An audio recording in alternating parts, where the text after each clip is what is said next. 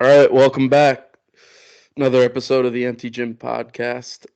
This is our first college basketball podcast of the season. We're going to go over an off-season recap, talk about some coaching changes, some transfers, some conference changes, some storylines over the summer, some news that's happened in the last couple weeks or so. But Adam, we're let's see, 32 days, I believe, We're away. close. We're 33. close.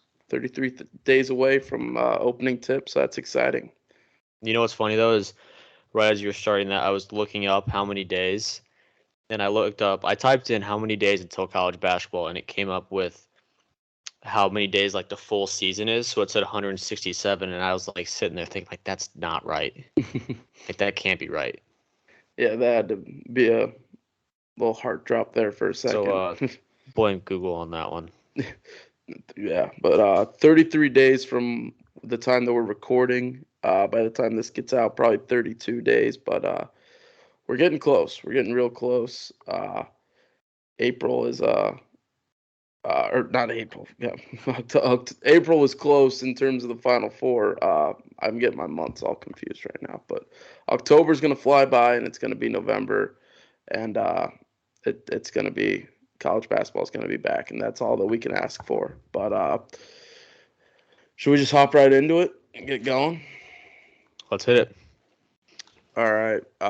Coaching changes. We'll start off with that first. Uh, I think the biggest one probably uh, the one that gained kind of the most, um, I guess, media buzz and has created the most tension between schools would have to be Ed Cooley staying in conference, going from Providence to Georgetown. Those tickets I think I saw were like the just to get in the door. It's like $450 for the Georgetown at Providence game. Uh, I can't remember what they call the arena now. I remember it as like the Dunk uh, a couple years ago when Cooley had Providence going really well.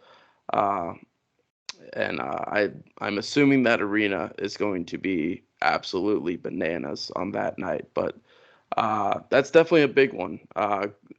Cooley staying in conference, going to Georgetown, taking over for Patrick Ewing, uh, a guy that was supposed to kind of bring Georgetown back after John Thompson III kind of couldn't really follow in his father's footsteps as well.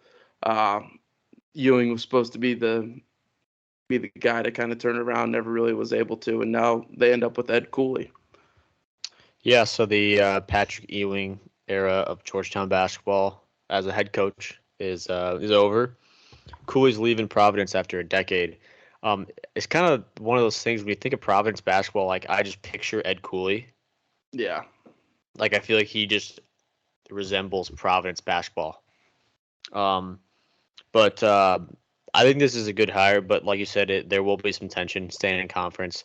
And but I am looking forward to the return of Georgetown basketball because it's been gone for a couple of years now, more than that. yeah, Um, probably close to a decade now. yeah, I it's think the last time they really were like a relevant team was that year they lost to that was Otto Porter year. FGCU. Yeah, when they lost to FGCU in the first round. But yeah, keep going. That feels like it wasn't that long ago, but like now you say that it was long ago. Yeah, Um, I was looking up because I remember when if the news first broke, the contract was never released, and it was supposed to be like a super big contract. So I have it here. It says that sources tell Fox Sports that Georgetown will pay Cooley close to $6 million per year. That seems honestly less than what I thought he would get. yeah, that's probably around like the top, like probably the edge of like tier two for coaches getting paid. Like obviously Cal, uh, Coach K when he wasn't retired, Roy Williams when he wasn't retired, Bill Self. Those guys are the ones that are getting, I think, even double digit millions. And then you got guys like uh, trying to think of names off the top of my head, but kind of guys like Cooley.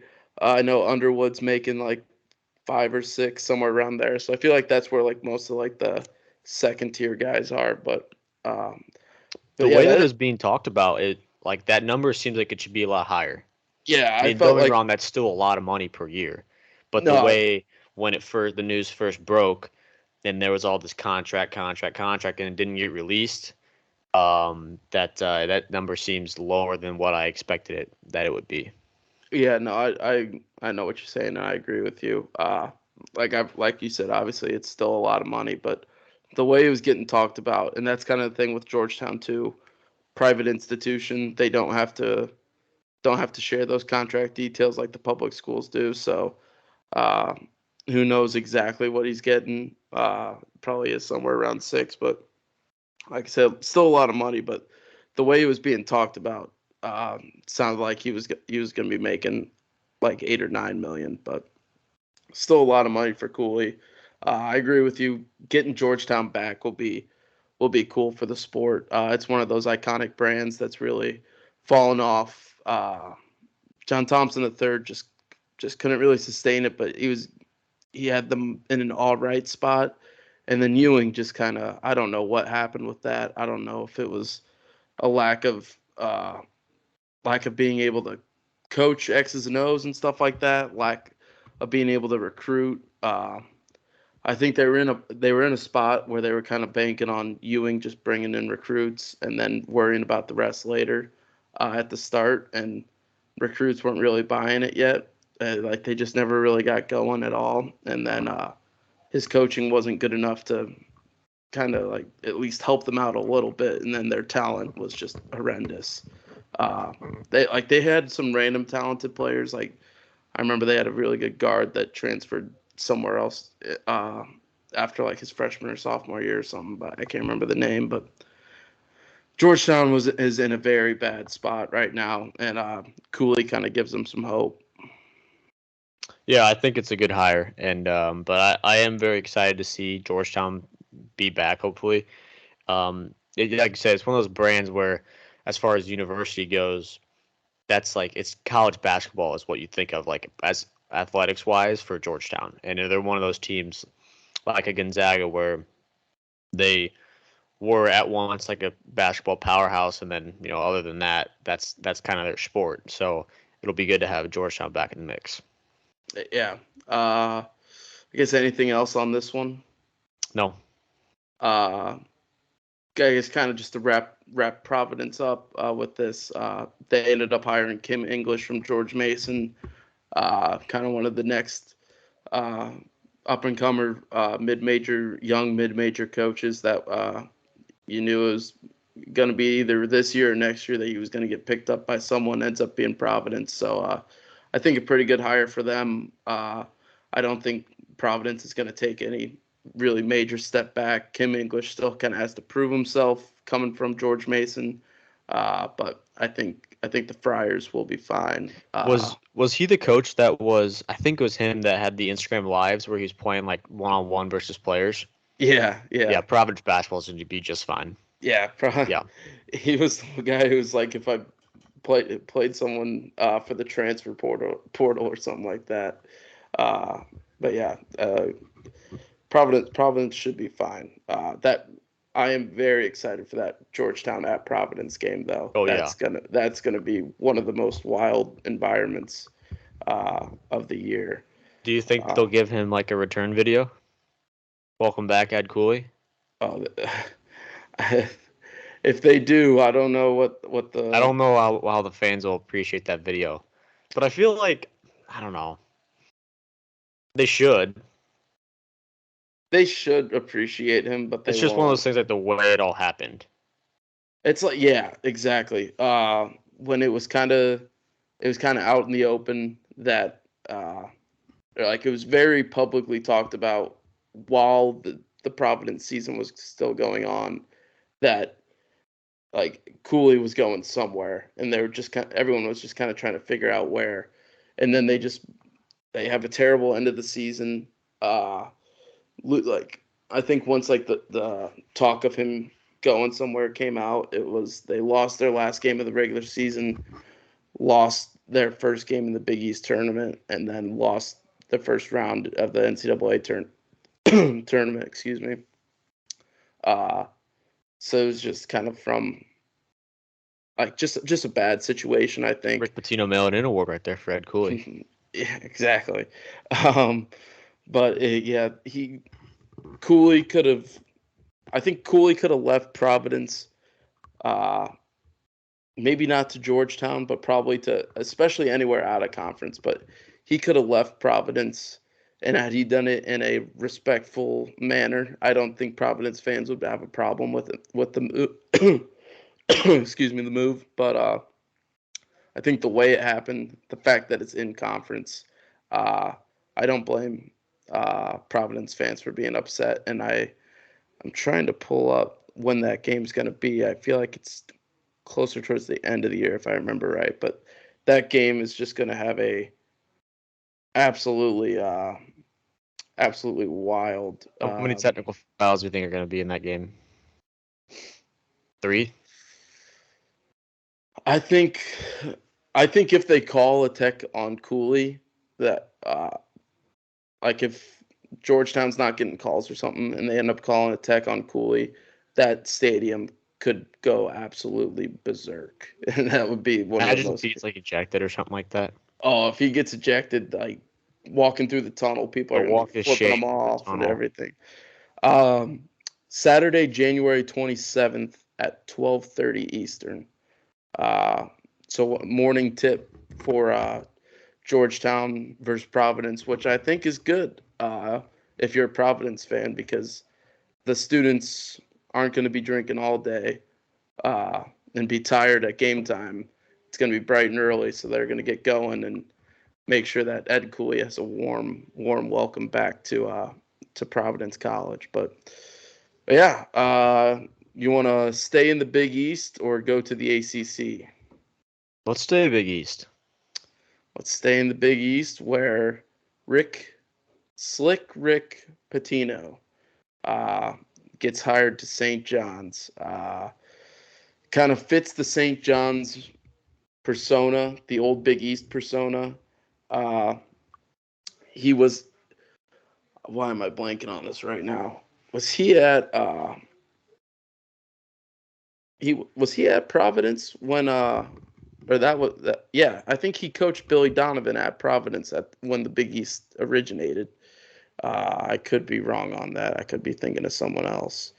But he definitely coached in the Big East before. I can't remember for who, but Rick Pitino stays in New York, makes the move from Iona over to St. John's. I think this is a phenomenal hire for St. John's. I don't think this is a long-term hire by any means, but this is definitely just get the ship back on the sails, get the train back on the tracks, whatever you want to call it, uh, and kind of try to get things back and organized for St. John's. They kind of went on the same thing. Uh, it wasn't great before it either, but St. John's hires an alum in Chris Mullins. That doesn't really work out. Then there was someone in between, and then um, who they just hired, then whoever they just fired came from Arkansas. I don't know why I'm blanking on these names. I should have wrote it down. But yeah, I think this is a very interesting hire, and I'm pretty excited to see Patino back in the Big East. Yeah, this like you said, it's an outstanding hire. Pitino is probably one of the better coaches in college basketball history, and just like Georgetown, St. John's is kind of one of those programs in college basketball, especially early 2000s that they were in NCAA tournament appearances, and they were like a gritty team, and I think that Rick Pitino can get them back to where they were. Yeah, he kind of he kept Joel Soriano, and that was almost about it. I think there was like 3 guys total who stayed on the roster, something like that. So he kind of cleaned house, brought a bunch of guys in from the portal. So it's going to be a whole new team for St. John's. Going to be a lot of new pieces in that puzzle. So we'll kind of see how that goes. But But yeah, like I said, I don't think this by any means is kind of a long-term look for St. John's, but it is going to take a little bit of time to get it back going. So um, I think Patino's job really is just like if he could get to an NCAA tournament uh, within the next 3 years, I think he's done his job of kind of like bringing St. John's back. But it'll be very interesting to kind of see how, with the Big East becoming so much better over these last couple of years, especially bringing UConn back in. I think that kind of elevated everyone in the Big East. Uh, but UConn's obviously coming off a national championship win.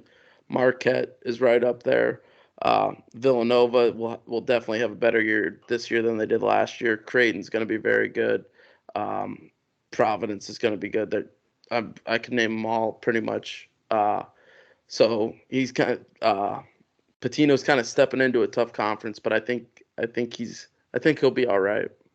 Yeah, he's definitely got his work cut out for him with the Big East kind of being that gauntlet that it is right now.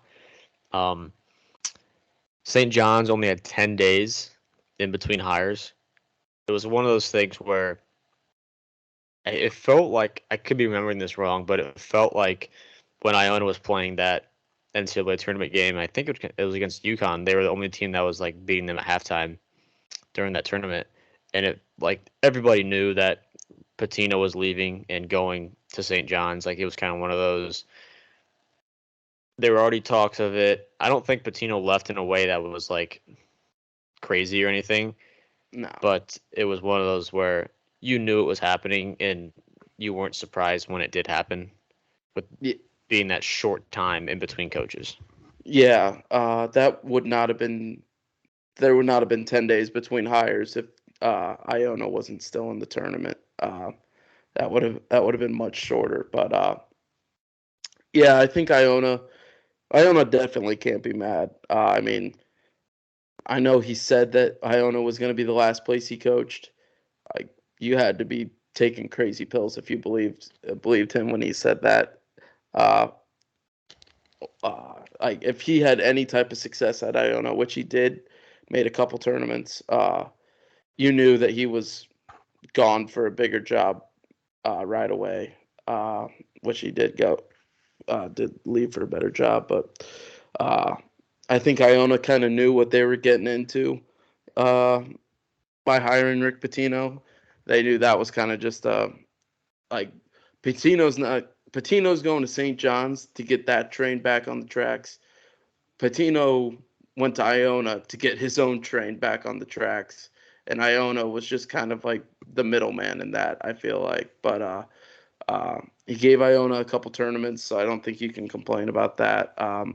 Replacing him uh, at Iona is Tobin Anderson, head coach of the former head coach of the Fairleigh Dickinson Knights.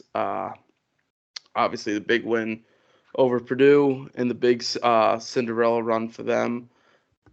So Tobin Anderson plays his way into a little bit better job in a better conference. Uh, he I he's still in a one bid league, but he's kind of in a conference that's going to get a 13 or 14 seed instead of a 15 or 16, if that kind of makes sense. Uh, but yeah, I think a solid hire for Iona there too. But uh, yeah, the main story being Rick Pitino going to St. John's.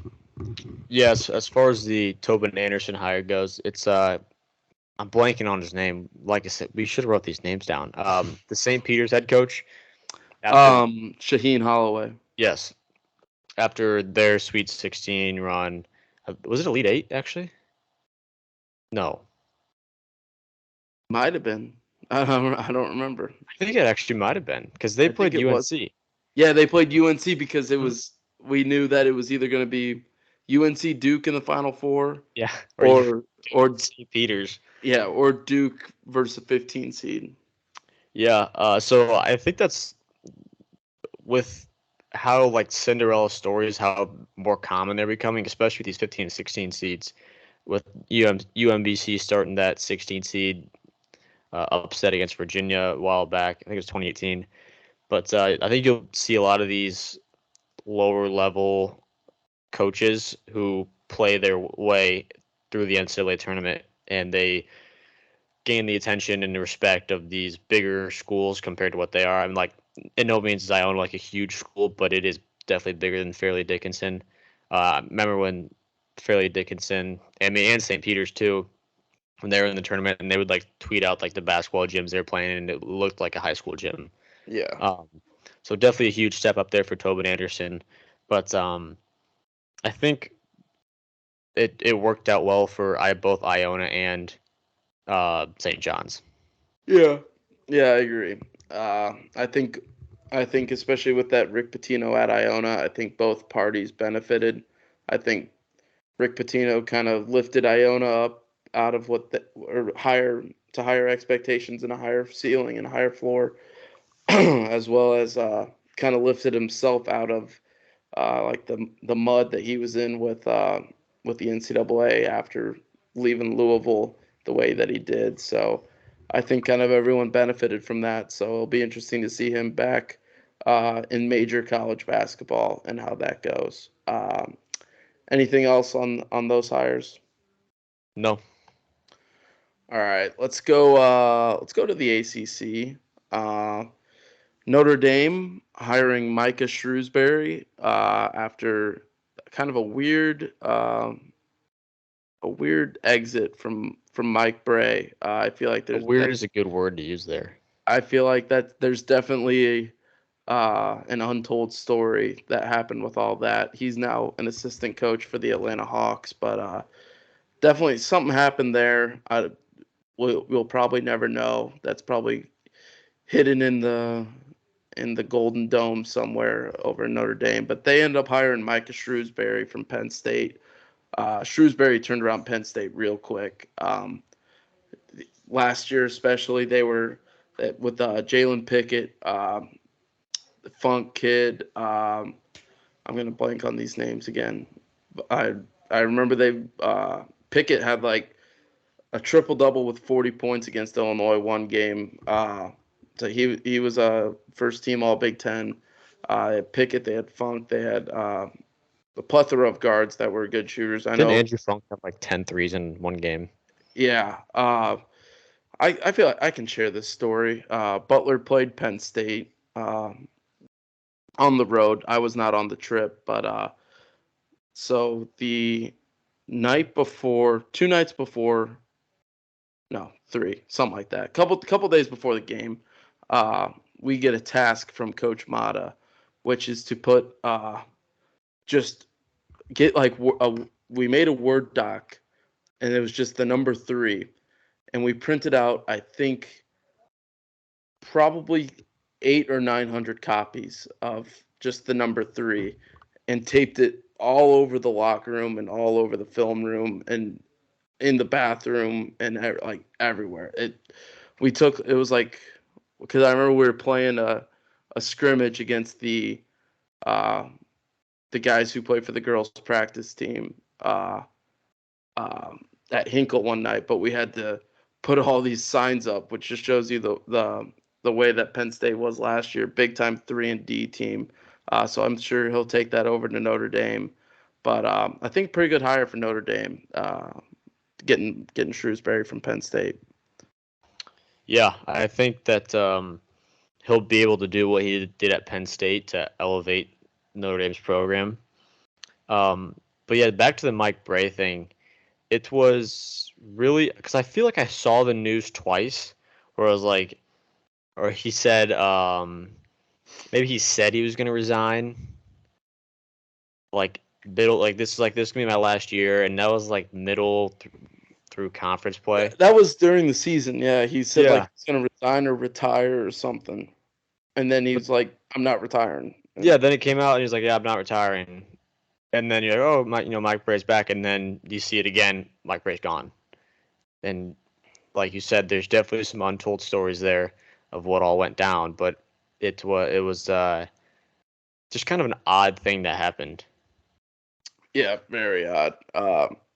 There's definitely stories like that throughout college basketball, uh, with guys getting fired and stuff. But I felt like that one was much more out in the open than any other one that I've seen, uh, and much just just a weird situation in general. But yeah, Shrewsbury takes over for Bray.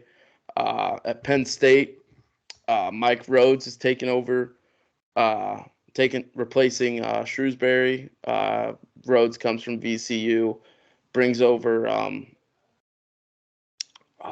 what's his name? Ace Baldwin, VCU's point guard last year, real good player, ranked as one of the top 10 transfers by most places, most sites and stuff like that. So Penn State, hopefully not, for their sake, hopefully not kind of taking too much of a step back.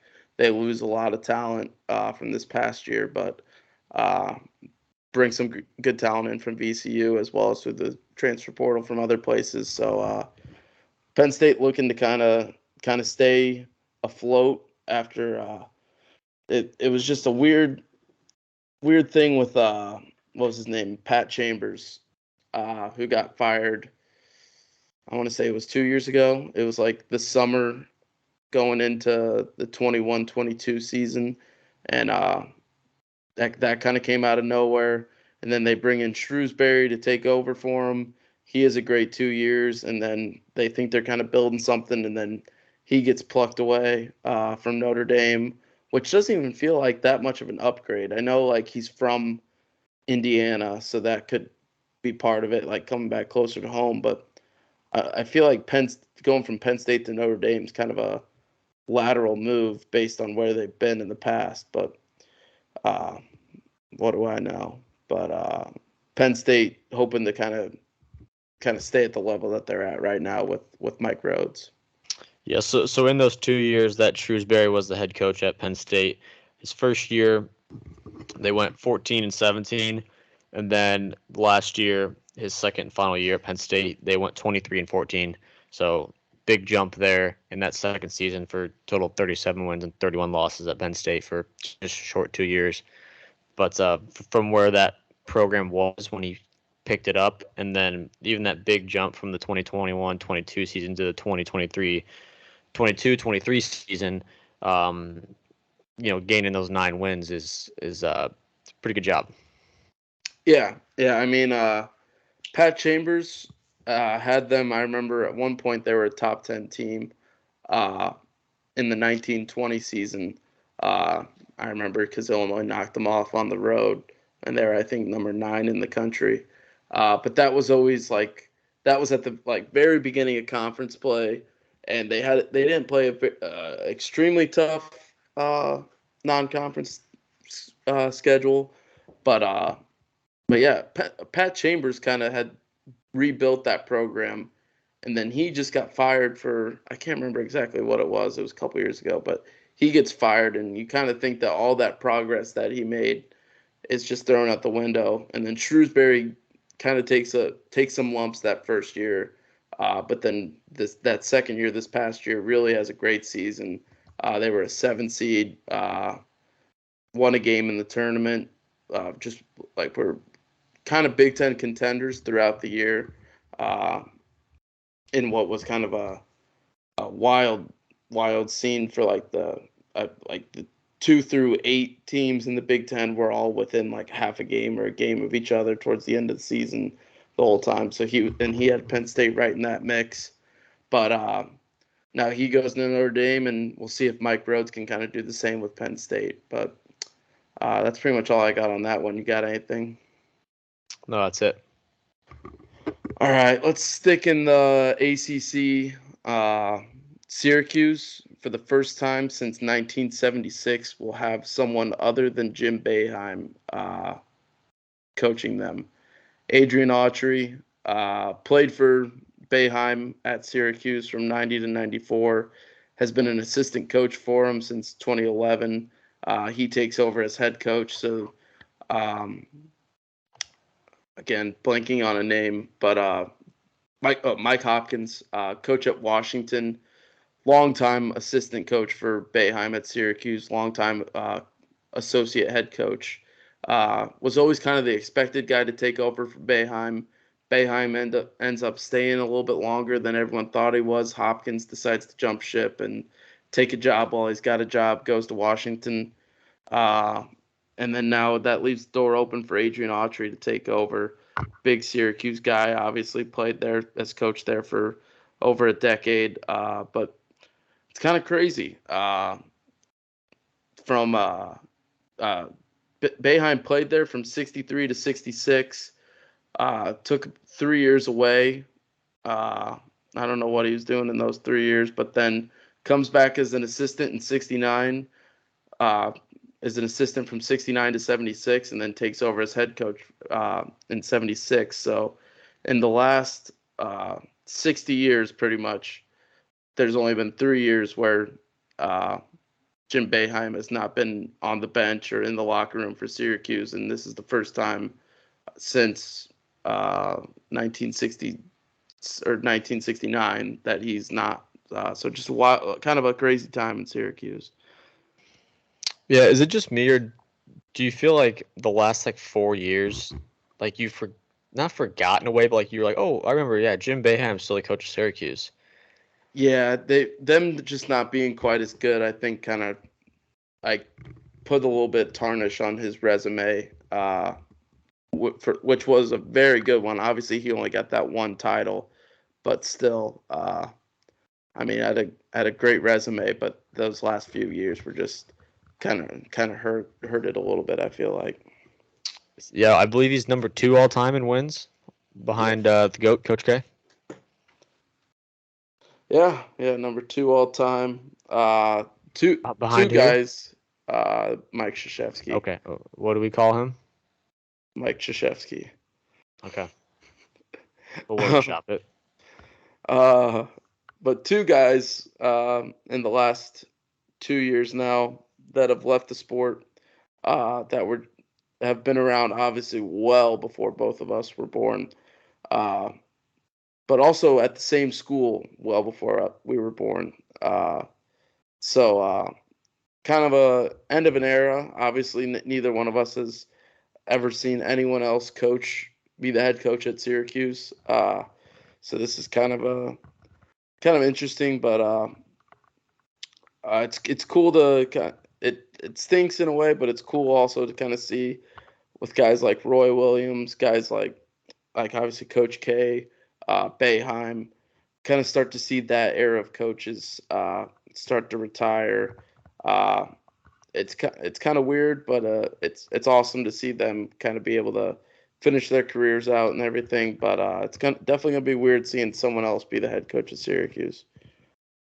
Yeah, it's going to be different for sure. I feel like you said, with Coach K leaving, Roy Williams leaving, and then now Boeheim, it kind of feels like, in a way, how you have Tom Brady retiring, Peyton Manning, Drew Brees, Phillip Rivers, and Rodgers is still there, but kind of in a way, it feels like that, where you have that consistency for so long, and then it all starts to dwindle out.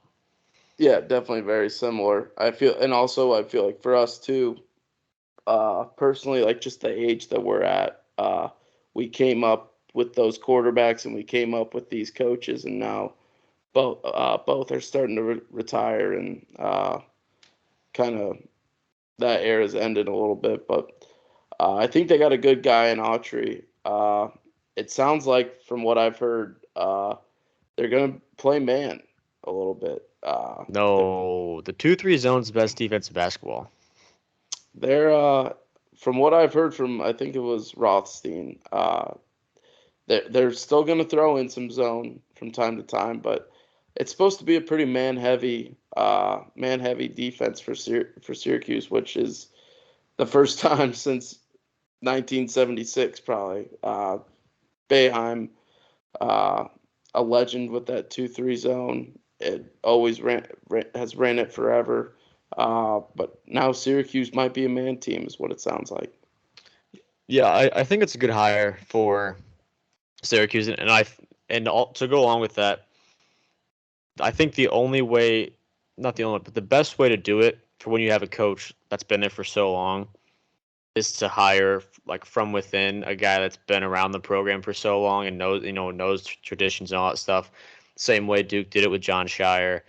similar to North Carolina with Hubert Davis bringing him in. I feel like if you were to bring somebody who didn't play for Syracuse, hasn't been on the bench at Syracuse, bring an outside guy, I don't think the transition would be as smooth as you would want it to be. So I think that Syracuse is doing this the right way. Yeah, I think you hit the nail on the head. Just when you have a guy that's there for so long, you have a culture that's built. Absolutely. To have a guy not only that's coached from the last 11 years or 12 years or so, like that's huge, but also that one that played for him, I feel like is the big thing. Because like you can coach with guys and kind of pick up on philosophies and pick up on cultures and stuff like that. But I feel like you truly, really feel that when you play for the coach and get to experience it from both sides, both as an assistant for him and as a player for him. So I think great hire from Syracuse. I think uh, also you just like you're in a place where you're kind of struggling of late these last couple years. I feel like it's always Syracuse. If they do make a run, it's always when they're like an 11 seed or something like that, and it's just like they kind of make a Cinderella run as a Power 5 team. But so for that, I don't think you're coming onto the coaching market and really getting anyone that great. So I think hiring from within, keep that culture, keep that those philosophies, everything like that. But it'll be interesting to see a new era for Syracuse and everything like that. But um, anything If else on Syracuse Syracuse? loses 20 games this year, we all know why. It's because they're not running the 2-3 zone. We'll see. I've heard it's just rumored. I don't know if it's true or not. I just heard it's rumored. But that would be weird to tune into the first Syracuse game of the year and they're in pack line man to man. No, so here, spin zone on that. You're an ACC team. You've been playing Syracuse for so long, and they play man against you. Could throw your plans into Yeah, throw the plans in the mix. yeah. All those 2-3 sets that coaches have been working on for like 15 years that they only use against Syracuse. It's the best Uh, defense in basketball by far. that's another thing that we disagree on. But you can't have a great. Are you a Great. man defense guy? I am a man defense guy. Uh, but yeah, I we would put could. man at 3. What's at As if 2? we're 1-3-1. Yeah, Pretty I sure mean, he's a defense guy. big zone guy. Yeah. I mean, you got to disagree from time to time to create some good conversation on the podcast. But anything else on Syracuse? No, that's it. Um, just do some quick hits on a few. Obviously, with the whole controversy at West Virginia, Bob Huggins apparently, as of right now, does not have a job. I know that was in question a little bit for whether he resigned or not, but as of right now, they did hire interim Josh Eilert, who was assistant at West Virginia last year. Uh, they were far too late in the cycle to be able to get anyone really good or anything. Uh, and we're just kind of stuck with what they were. But Eilert was able to keep most of the team together. They lost a couple guys after Huggins was after Huggins resigned. So, but they're able to keep a couple guys that transferred in and most of the team together. So we'll see. This will probably definitely be a transition year in Morgantown. Ole Miss hires Chris Beard, a guy that went through a little bit of controversy, was fired by Texas mid-year last year, and then kind of spent the year in some legal battles, stuff like that. Ended up getting cleared of any charges, and now he's at Ole Miss. I'm trying to think I'm blanking on the first name of the guy who was the interim for Texas, and I'm Rodney trying. Terry. Rodney Terry, yeah. I knew Terry was the last name, but I couldn't think of the first name. Rodney Terry is hired full time at Texas, so big job for him. Great job throughout the whole season, kind of in an awkward situation, and had a very good Texas team that he was able to coach up. So he ends up getting the full time job. And also, I want to give a shout out to Coach Kevin Kuick, former Butler assistant last year, gets the head coaching job at Army. So shout out him. Shout out Kevin. Any coaching changes that I missed or any info you got on any of those moves? That's kind of pretty much all I had written down. Perfect. But yeah, those are the kind of the big coaching changes. We'll kind of Well, I guess not really a coaching change, but Dusty May of FAU did sign a 10-year contract. It is old news, but it's one of those where Dusty May's still at FAU. So I think it was a 10-year contract. Could be wrong though, but yeah, he's back at FAU. Yeah, that's big for FAU because have the season that they did last year, be able to bring him back, be able to He bring easily could have left and got a bigger job. For sure. And now, like realistically, he's gonna leave at some point. Like maybe he turns FAU into the Gonzaga of Florida, of the Southeast. I kind of doubt that's gonna happen. But what you do with this 10-year contract extension is you're going to be able to get a lot of money in a buyout for some desperate program that is not playing up to standards and wants to fire their coach, and they'll pay a lot of money to buy out that guy's to buy out Dusty May's contract. So if they do end up losing him along the way, they're going to get a lot of money out of it. So that's good for Florida Atlantic, but they're pretty much running it back this year with almost the exact same team. They lost, I think, one guy who had like valuable minutes. So they're going to be a fun team to watch this year. So it's really cool that he's staying. But yeah, that's pretty much it for coaching stuff. We'll move on to transfers. Can you hear me? Yeah, I can hear you. You want to move on to transfers? Yeah. All right. Kind of the biggest one, Hunter Dickinson going from Michigan to Kansas. One that was kind of a surprise when he went into the portal. And then to go to a blue blood, like obviously he was going to go to one of the best teams in the country. Ends up picking Kansas, but definitely an interesting one. Was not expecting Dickinson to go into the portal. No, I don't really think anybody was, but for the sake of the program, I'm going to put my Hunter Dickinson bias aside. He at Michigan, he averaged 18.5 points per game, 9 boards, and 1.5 assists. He was the number one transfer in the transfer portal. It feels very fitting for the Hunter Dickinson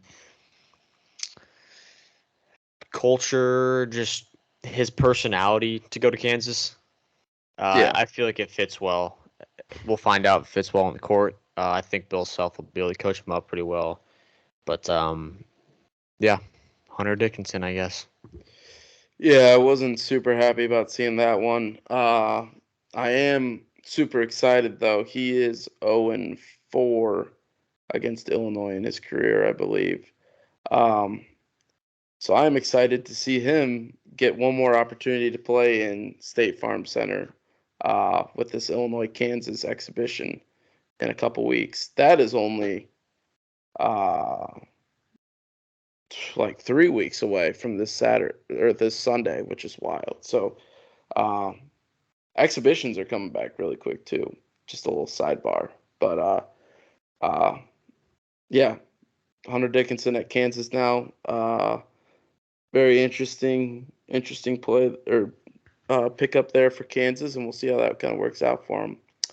Another big one. This was kind of known as like the number 2 guy in the portal, Max Abmas from Oral Roberts. After kind of like 2 years of wondering why he never left Oral Roberts, he finally ends up at Texas, or ends up in the portal and ends up at Texas. He had that great run in 2021, beat Ohio State. He was just shooting lights out all the time.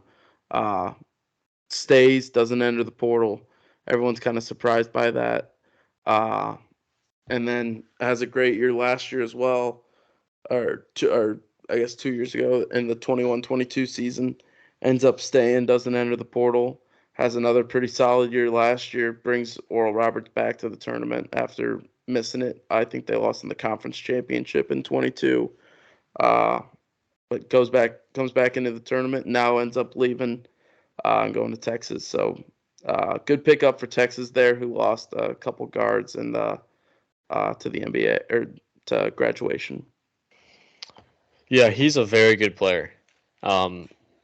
Averaged almost 22 points a game at Oral Roberts, which you may think that their schedule, yes, is not the toughest, but it is still hard to average 22 points a game in college basketball. When Duke played Oral Roberts last year in the tournament, I saw that draw and I was not happy about it because I know how good of a player he is, and like he's one of those players that if he gets hot, he's hot. There's nothing you can do to stop it. Luckily, we did a good job of taming Max, but it definitely gave me a little bit of scare when I saw that draw.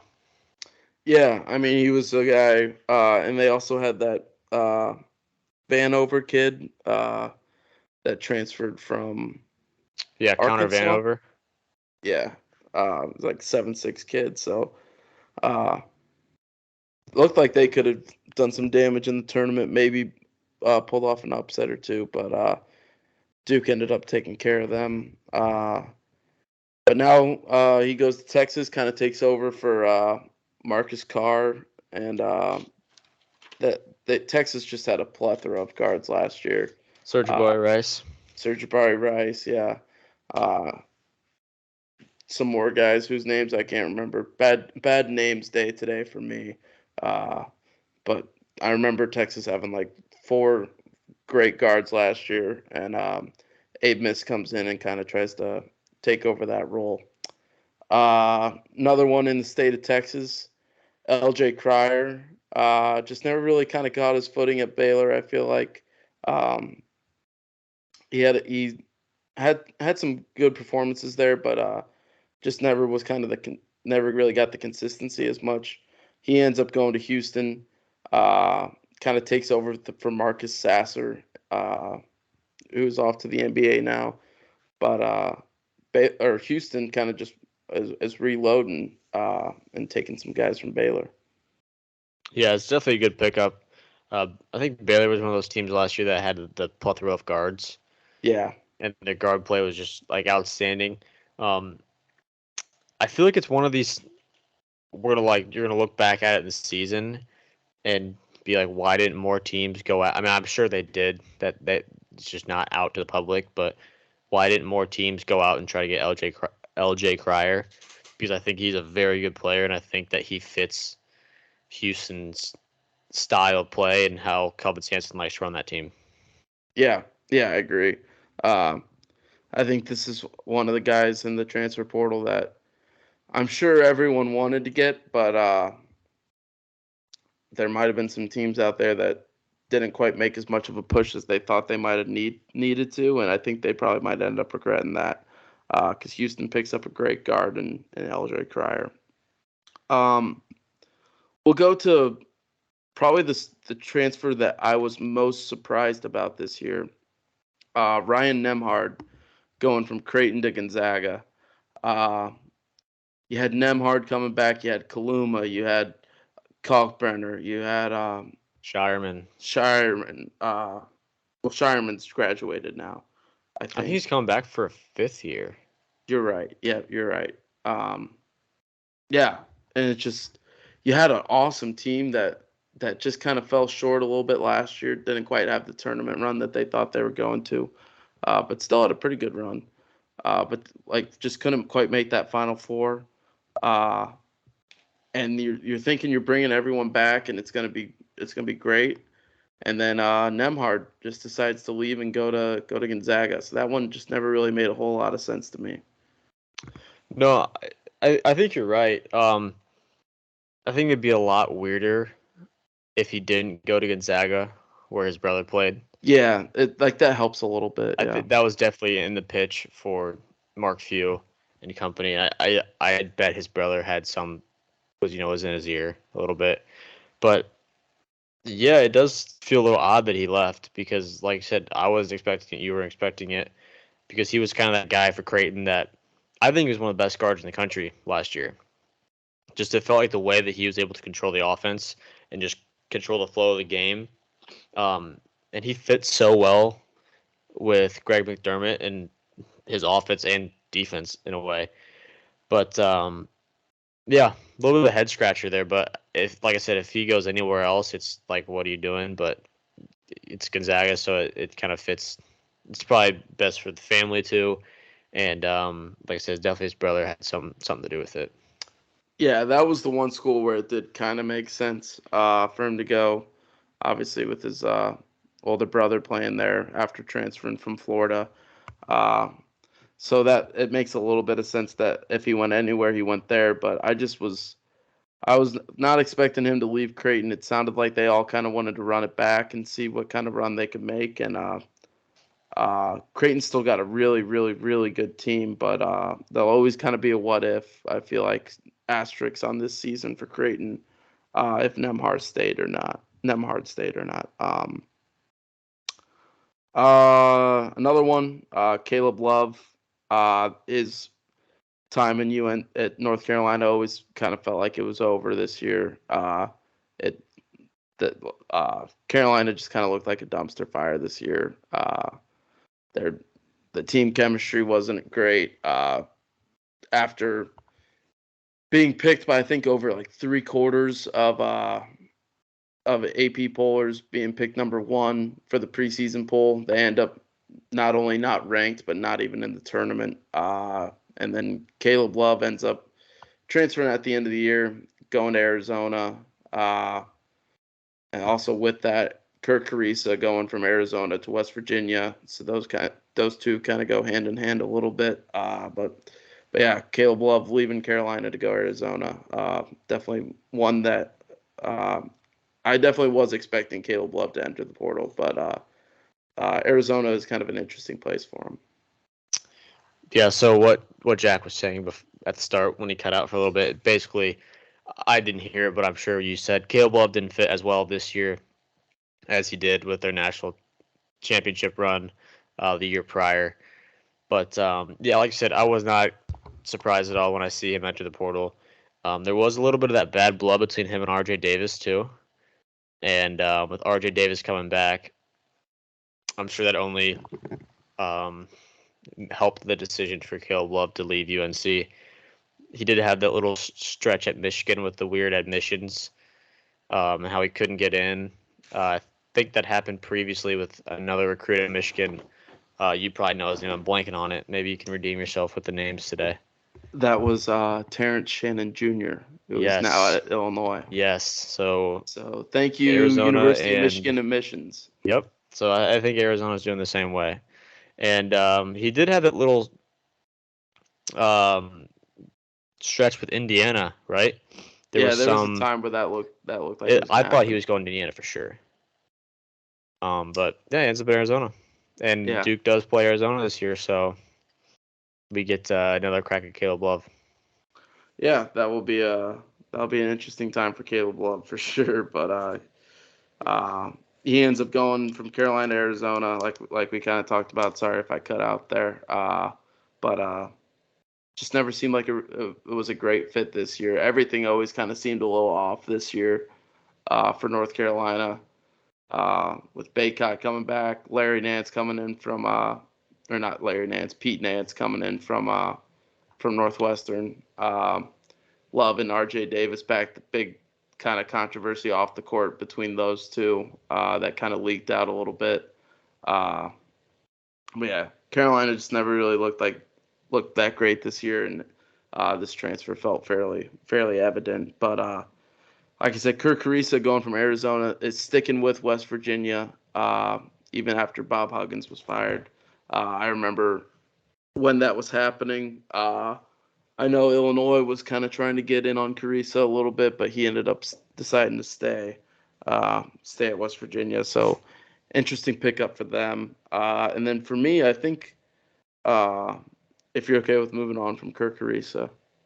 I just have a question. Would you have wanted Kirk Carissa, or would it be an Andre Curbelo 2.0 with turnover machine? That would have been. I almost kind of wanted to have him just for like the aesthetic of it, and just to remember the days of pulling my hair out one play and then having my jaw drop the other play, and just like both those two are just absolute roller coasters of emotion. Now Curbelo is, I think, at like Southern Miss now. So He transferred again? yeah, Patino was not Oh letting him yeah, stick around. yeah. I would. Yeah, those two don't fit.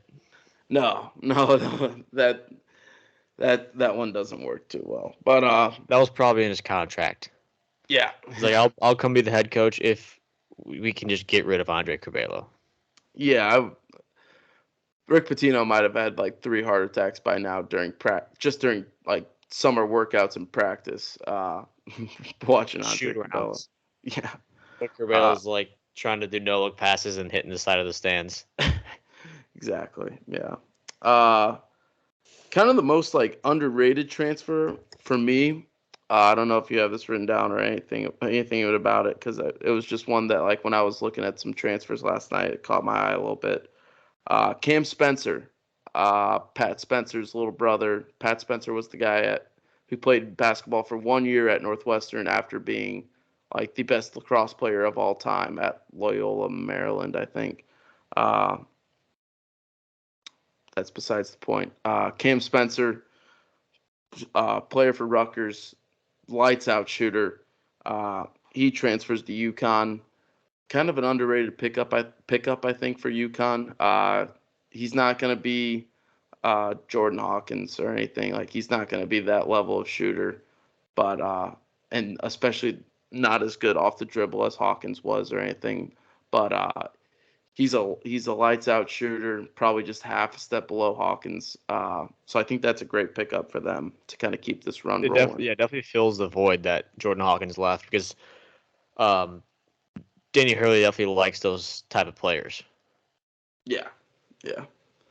UConn's going to be really good this year, and I think that's a great pickup for them to keep it rolling. But any other transfers that you got?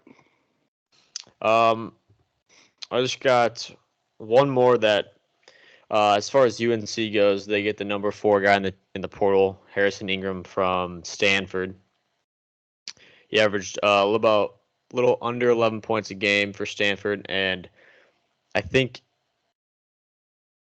as much as I don't like it, being a Duke fan, but it does fill the void that was left by Leaky Black, and they did lose Pete Nance as well and Puff Johnson. So I think if that fills that void that was left by those 3 guys, mainly Leaky, Yeah, because I feel like they play similar. This guy's not as bad of a shooter as Leaky Black was. yeah, Nothing pissed me off more than when Leaky Black could make like 4 threes against Duke. Nothing makes me more mad than that. Because yeah, he'll go over 31 against every other team combined, and then he'd just go 4 for 5 against Duke on threes. But that's beside the point. That's my Leaky Black rant of the podcast. there you But go. it's a good pickup for UNC. Yeah, yeah, it's definitely a good pickup for Carolina. It'll be interesting to kind of see how this goes now with kind of dropping some guys. Like, Baycott finally not there anymore. Pete Nance not there. Caleb Baycott's Wolf there. not. Baycott is there. I'm pretty sure Baycott's there. Let me verify this, but I'm pretty sure Baycott's still there. I thought he wasn't anymore, but I definitely could be wrong. I'm gonna verify this because I think he's there, but Baycott should leave. If I'm UNC too, I'd tell Baycott to leave. We're fact checking this now. He's been there for way too long. All right, ACC. I'm using the almanac. How about that? There you go. Shout out the almanac. Shout out the almanac. Okay, never mind. I can't because I don't have it signed in on here. But when I was looking yesterday, he was listed as their like projected starters. Let me look at this real quick. UNC basketball roster. Number 5, Armando Baycott. All right, I was wrong. Wow, he's still there. It's like Perry Ellis. This is like worse than Perry Ellis now. I mean, Carolina's going to have a good roster though. They bring in Cormac Ryan from Notre Dame, keep R.J. Davis, Baycott again, Seth Trimble. I really like a lot. I think he's going to be a lot better as a sophomore than he was as a freshman. I feel like that's just another 7th Woods waiting to happen. Yeah, it could be. But yeah, I don't know. No bias there, of course. Yeah, of course.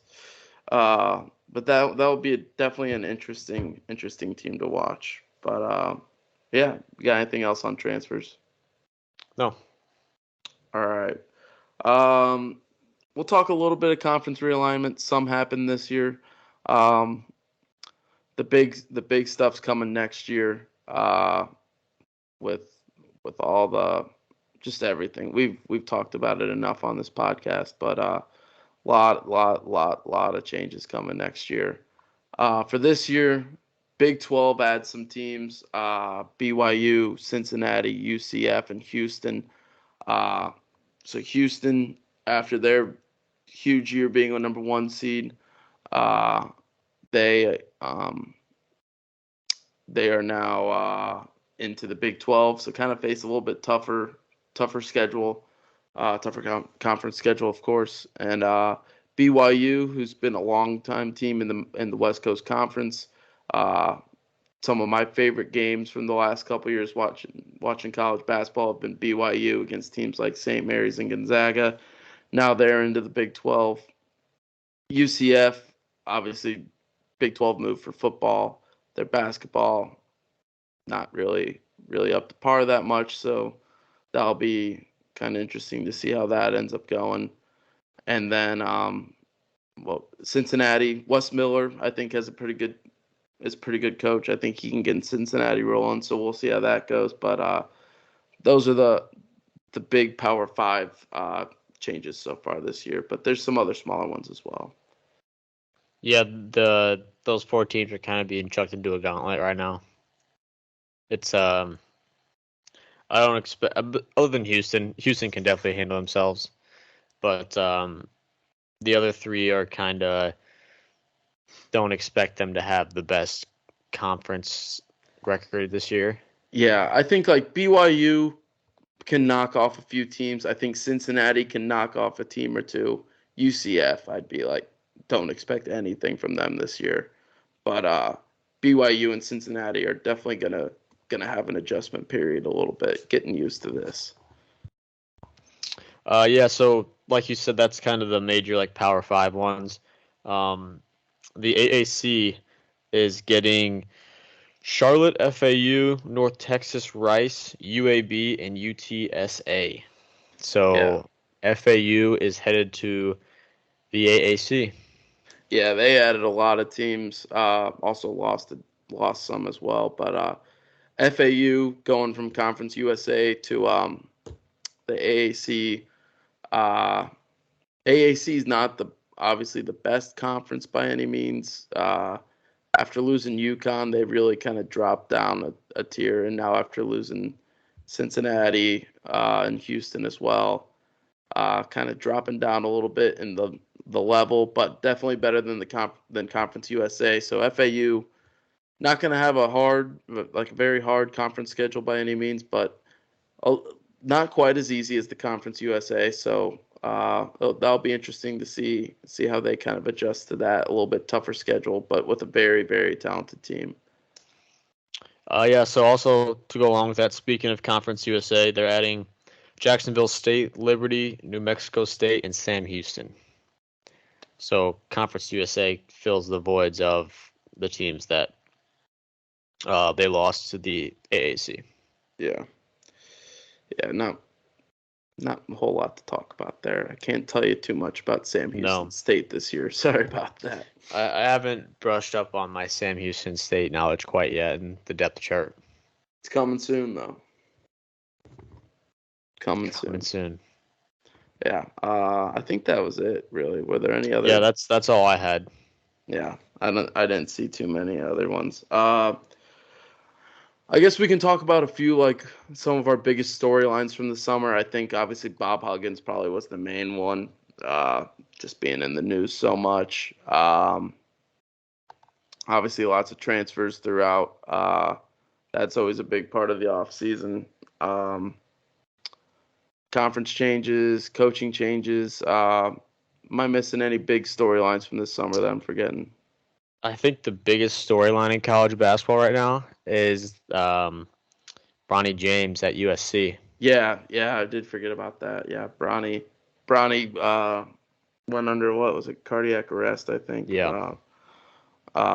He's doing a lot better, thankfully. I think there's still kind of 50-50 on whether he's going to be able to play towards the start of the year. I feel like I heard news recently like that he's doing better, like you said, which is very good. But yeah. I think I heard news that he was like getting back in scrimmages or something like that, or workouts. Yeah, I think I saw something that he's starting to get back into activities a little bit more. So we'll see if he's good enough to go in 33 days or not. But really good for him to kind of be back in it. That's going to be just a goat rope. Him in college basketball. It'll be very interesting to see how that kind of the whole thing goes. And the thing is he might not even start either, because they bring back Boogie Ellis, loaded, and one of the top 2 or 3 guards in the country as well. So USC is going to have a really good team, a team that's good enough, definitely, that if they don't feel like Bronny is quite healthy enough, they can definitely kind of hold him back a little bit. Not have to rush him back by any means, because USC is going to have a really good team. So that's going to be interesting to watch how that works out in college basketball.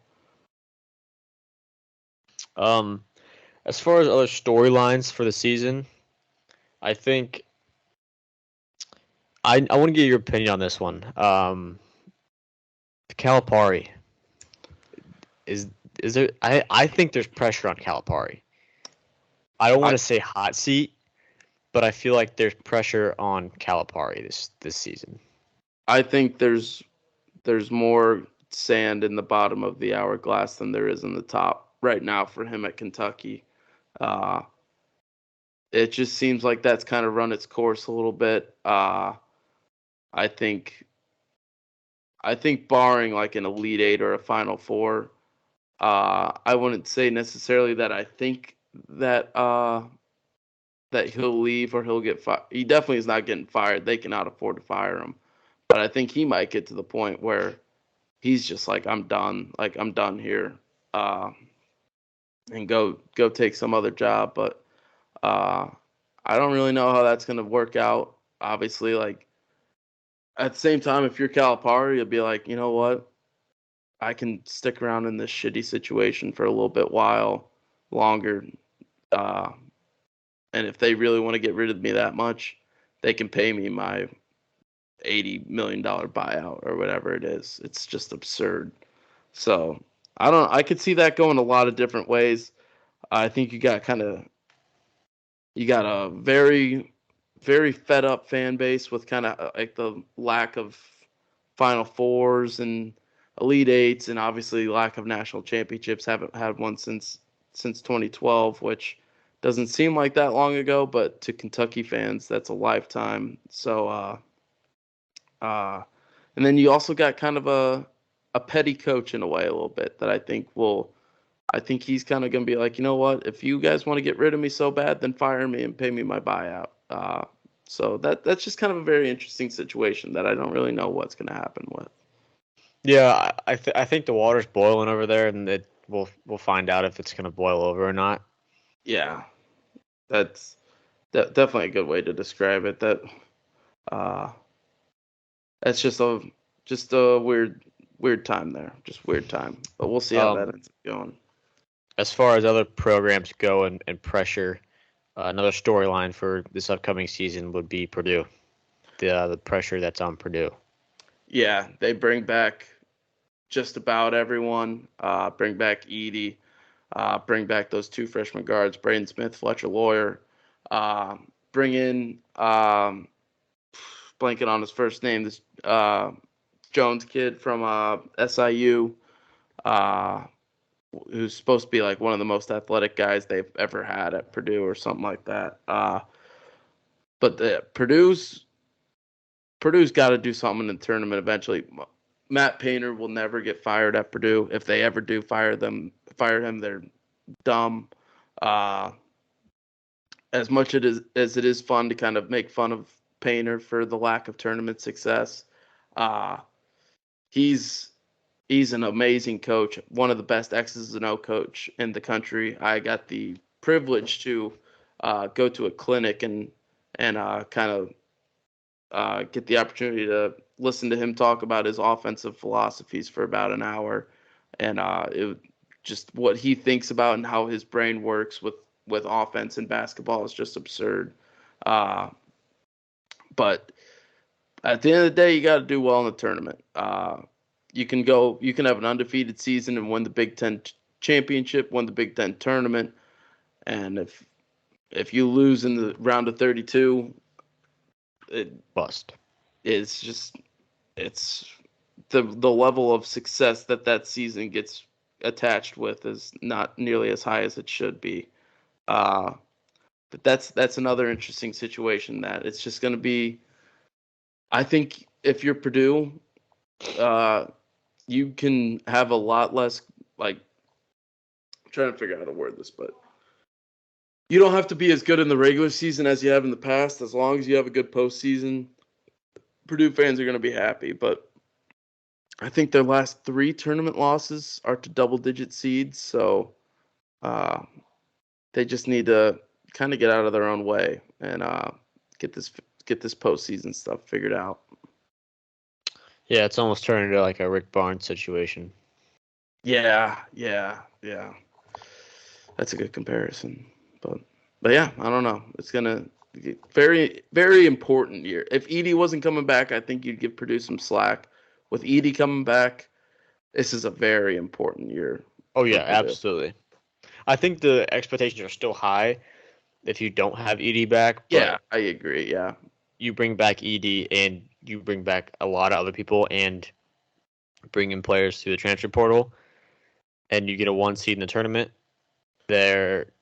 Purdue fans are going to expect to have that same season and not lose to a 16 seed, obviously. But what's weird is that the funny thing is I feel like the expectations are really high, but at the same time they're not that much, because I feel like Purdue fans at some point are like, just get us to a second weekend, like just get us to a Sweet 16, Elite Eight, because I think the last 3 years they've lost in the first weekend, if I'm not mistaken.